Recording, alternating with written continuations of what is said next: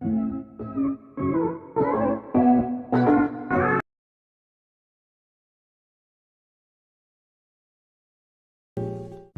dear viewers, welcome back to the channel Basic Home First Aid. Today I'm going to show you how to apply basic first aid for a fracture, which refers to a break or crack in a bone. It is quite common around us, and the prompt care you give can help prevent further pain, damage and a life-threatening disability.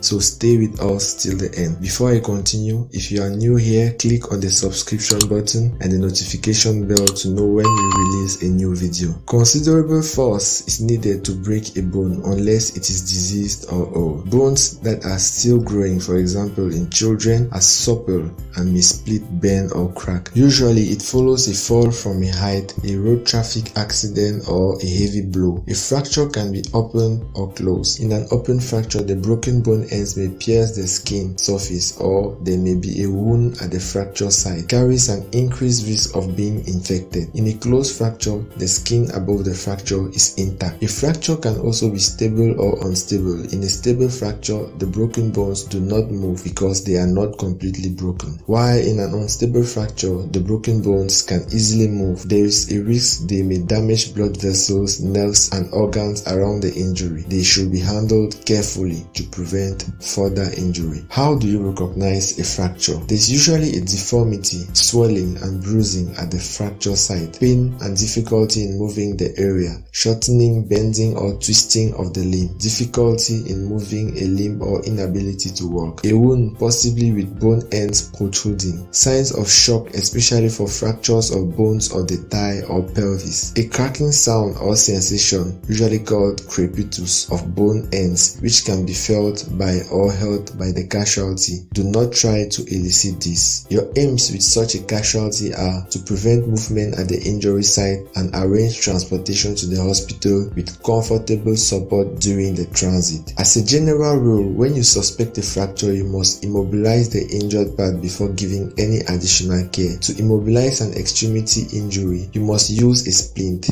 There are three types of splint: soft, rigid and anatomic. Soft splints include folded blankets, towels, pillows. Rigid splints include boards, metal strips, cartons, folded magazines or newspapers, while anatomic splints use the body as a splint. For example, an arm can be splinted to the chest. To splint an injured body part, support the injured part in the position in which you find it. Advise the casualty to keep still. If possible, have the victim or bystander help you. Cover any open wounds with a dressing and bandage to help control bleeding and prevent infection. Use direct pressure unless the bleeding is located directly over the suspected fracture. Check the area below the injury site to check for warmth and color. Apply the splint to immobilize the joints or bones above and below an injured area. If you are using a rigid splint, pad the splint so that it is contoured to the injured part. This padding will help you prevent further injury. Secure the splint in place with cravats, bandages or wide strips of cloth. Avoid securing the splint directly over an open wound or the injury. For lower limb fractures, move the uninjured leg to the injured one and secure with broad fold bandages or a long cloth material. Always tie the knots on the uninjured side. Recheck below the injury site for feeling of warmth and color. Loosen the splint if the victim complains of numbness or if the area below the injury site is discolored or becomes cold. Do not raise an injured leg.